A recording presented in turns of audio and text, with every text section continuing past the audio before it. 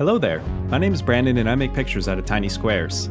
And what we're looking at here is a collectible action figure of the character Phantom Starkiller, created by Killer Bootlegs and produced in collaboration with Super7. This 3 3/4 inch figure pays homage to classic Kenner toys of the 1970s and 80s, complete with a vinyl cape, retractable laser sword, and a familiar looking life support unit mounted to his chest. A number of Phantom Starkiller figures have been released as part of this line in a variety of colors, and this particular all-black variant is referred to as the blacked out Banshee styling. Its presentation is completed by this striking grayscale cardback artwork and Japanese lettering in place of the traditional Phantom Starkiller logo, which not only gives it an imported feel, but kind of seems like it could be from a parallel universe entirely, one in which Kurosawa made the Star Wars films and placed this Cosmic Ghoul as Darth Vader, leading an army of undead stormtroopers across the galaxy. Especially given the unique styling of its presentation, this figure is just one of those objects that can't help but get your imagination running, so in this video I'd like to create some pixel art inspired by this variant. So let's get going.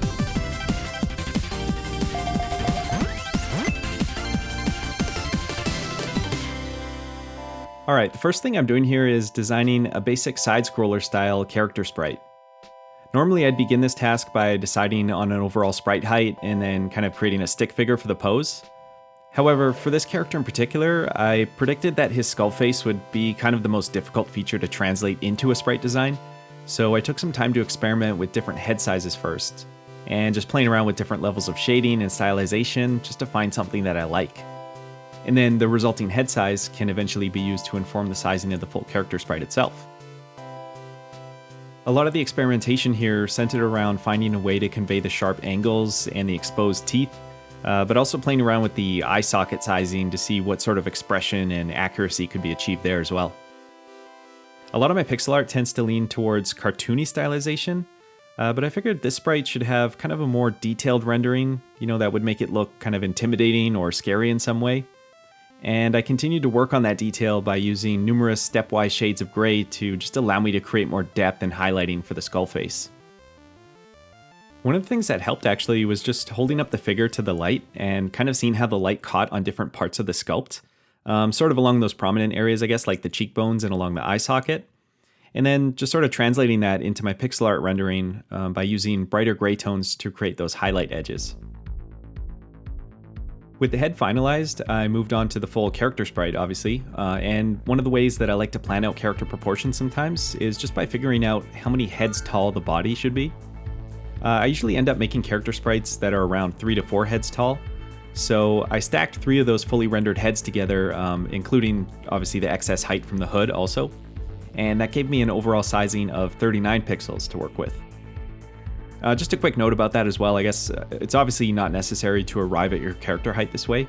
As I said, a lot of times I'll decide on the height a little bit more arbitrarily first, but in this case I had the head made already, so I just decided to eyeball the sizing using that.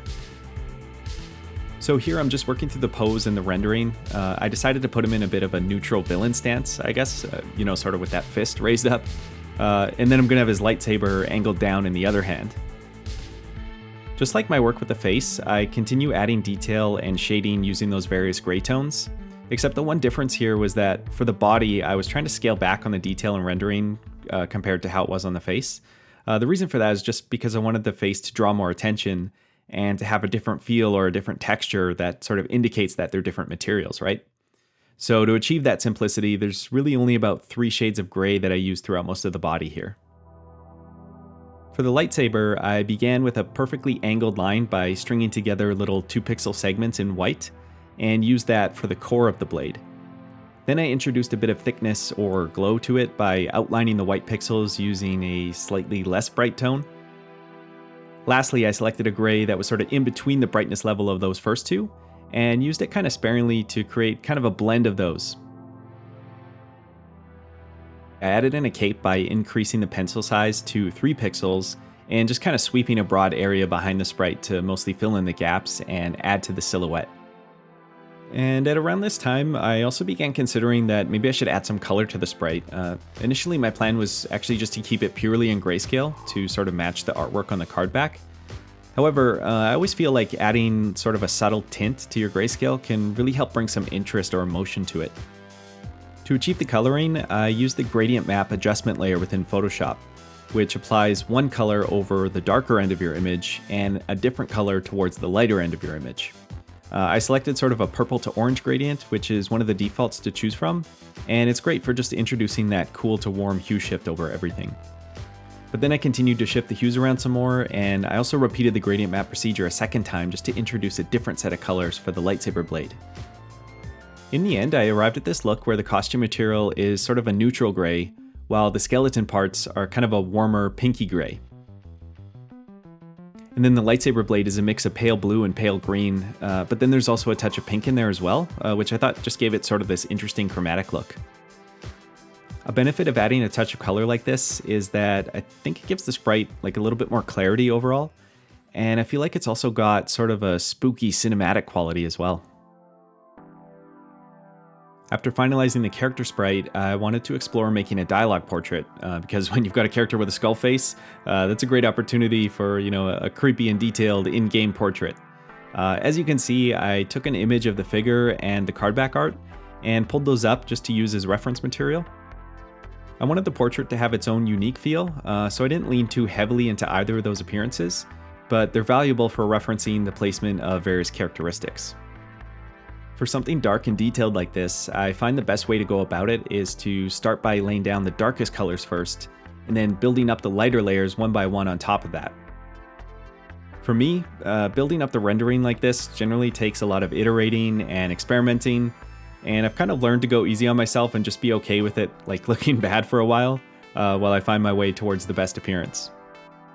Sort of like, if I feel like something is off, I'll try to ask myself what looks weird about it, and then figure out how to improve that thing. So in this case, I remember noticing how the hood silhouette wasn't quite right, and also that the face looked weird because the nose hole was too high. So you'll see me kind of make those corrections as I go, along with obviously just continuing to build up the detail using that variety of tones. For the most part, I'm just using that core gradient of the neutral grays, sort of like the ones that were just on his body on the character sprite. And then I kind of saved the pinkish grays just to use exclusively around his eyes and eventually give them this sort of glow effect that draws attention to the eyes.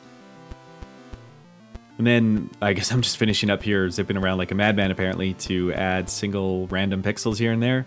I think that was to create like cracks and other details. So now that we've got a sprite and a portrait, I thought I'd just go ahead and package this work together as kind of a full character sheet for Phantom Starkiller. These are sort of a creative exercise that I like to do just to explore ideas and designs related to a character, and then just to organize that in some way to show the experimentation and the pixel work that goes into it. So a prominent component of the character sheet will of course be a title logo. So again, I took my reference picture of the card back art to recreate the lettering from that. I eyeballed a space of about 45 by 100 pixels to work with there.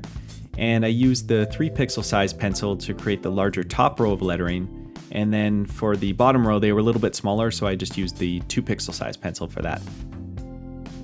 Usually with lettering I'll do a first pass that's fairly rough and just trying to get something close enough, and then I'll go in after with the 1 pixel pencil or eraser to really fine tune the curvatures and the way that everything lines up.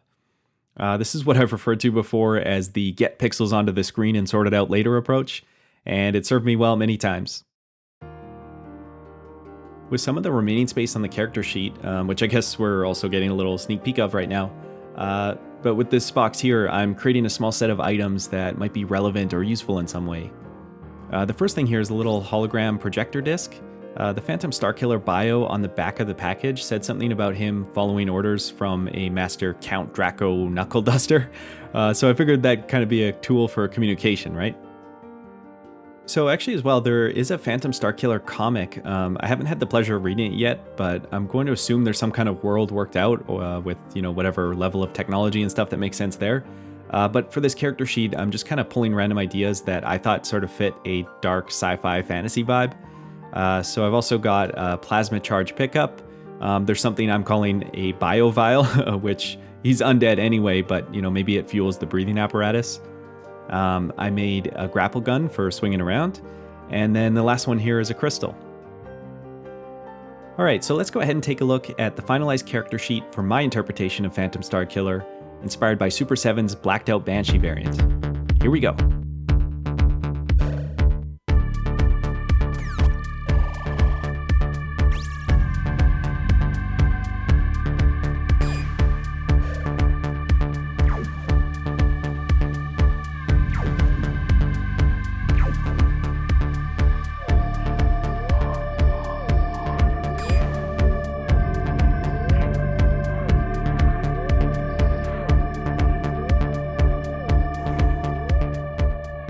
Alright, so you can see I've added an extra sprite here. This is him using the hollow disk and communicating with his master Count Draco guy.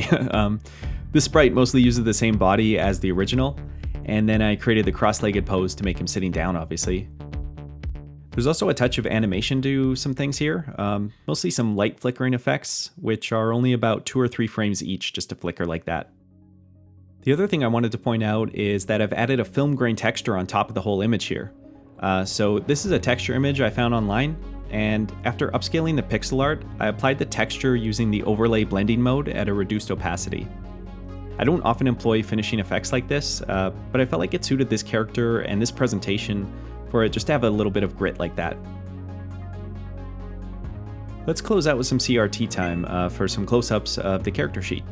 I hope you enjoyed the inspiration and exploration here, so thank you for watching, and take care and keep it square.